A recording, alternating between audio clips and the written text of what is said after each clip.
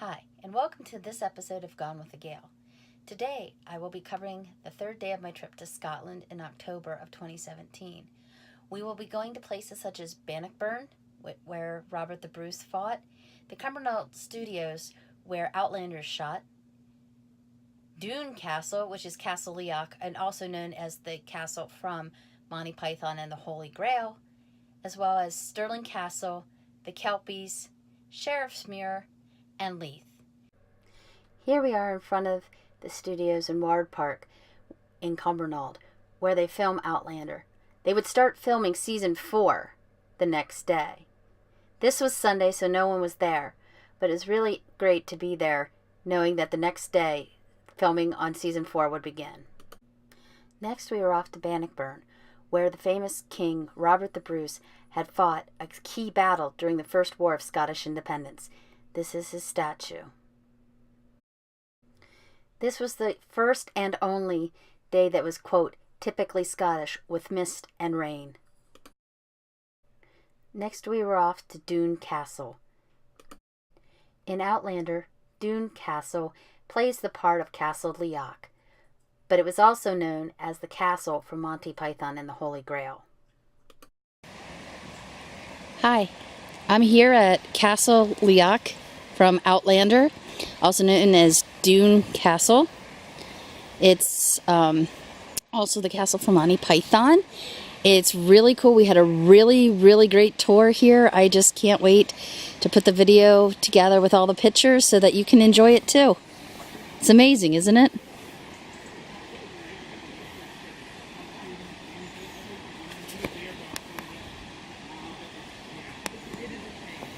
This is inside the walls at Dune Castle. As you can see, there are foundations from old buildings that are no longer there, as well as a well. These are the stairs that lead to the main foyer and the kitchen. This is the foyer. At one time there would have been 2 floors here, as you can see at the high windows above. That would have been the master's chambers, as it would have been next to the kitchen and quite warm. Here's another view of the foyer. My friends are not standing in a room, they're standing in the fireplace of the kitchen. The marks on the wall here were created by kitchen workers using the wall to sharpen knives. This is a view looking out into the foyer from the kitchen. This is a view looking to the front of the Great Hall. This was also used in an episode of Game of Thrones. This is the back of the Great Hall, where musicians would have been sat. This is the Lord's Hall. This is where the Lord of the Manor would have sat at official functions and decided issues between neighbors. The stairs in the castles are tiny and they turn quickly and they are very hard to climb. It amazes me how anyone in a large dress would have ever been able to rush up and down the stairs. If you watch Outlander, this is where Claire had walked along the parapets of the castle in season 1. The Ice House. We had a delicious lunch at the Smitty Farm Shop in Blair Drummond, and while we were eating, the sun started to come out. This is my waterproof bag that I bought in Glasgow. Here comes the rainbows. Lots and lots of rainbows on the way to Stirling. Next we passed the monument to William Wallace, the hero of Braveheart fame. Here you can see his broadsword, which weighs nearly 7 pounds and is 5 feet 4 inches long. No trip to Scotland would be complete without getting to see one of the famous Highland coups. The next stop was Stirling Castle, one of the most used residences by the Scottish kings and queens, many of whom were crowned here, including Mary, Queen of Scots in 1542. This is a diagram of the old town of Stirling, with the Stirling Castle at the top, followed by the cemetery, the Church of the Holy Rood, Cowan's Cemetery, and more, just outside the castle gates.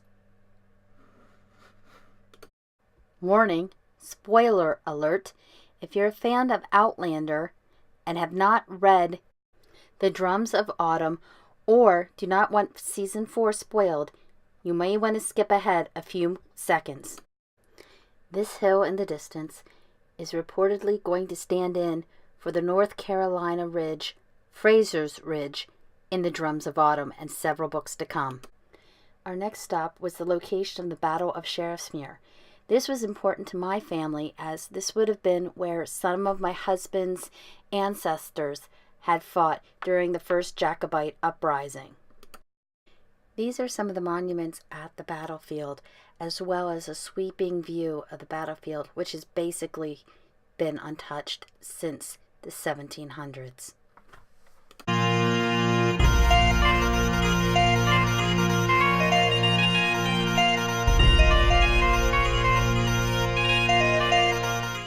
Our final stop of the day was to see the Kelpies at the Helix in Falkirk.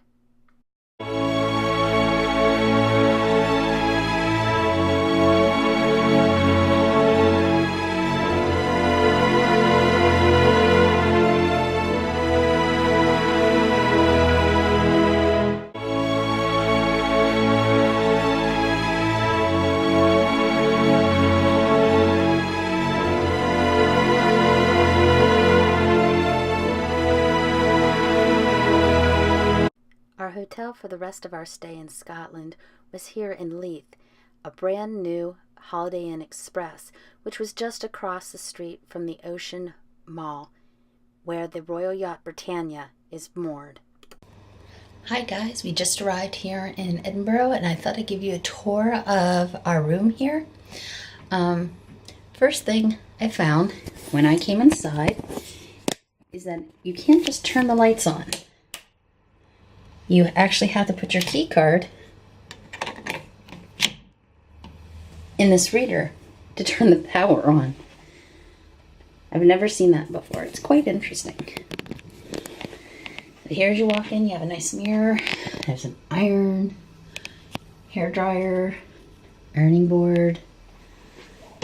And here you have a bathroom. And interestingly enough, the light switch is outside the bathroom. Nice vessel sink.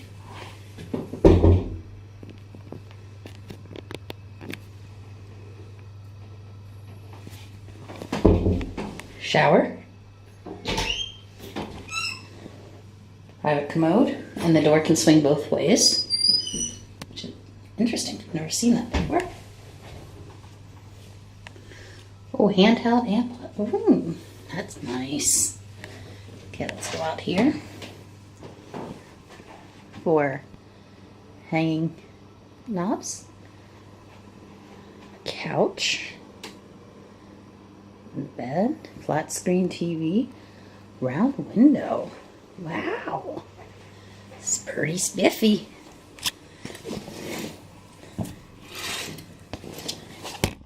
That's just the corner, okay. And out here,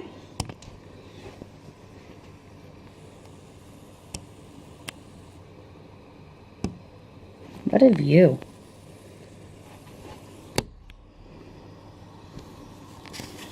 And right over there,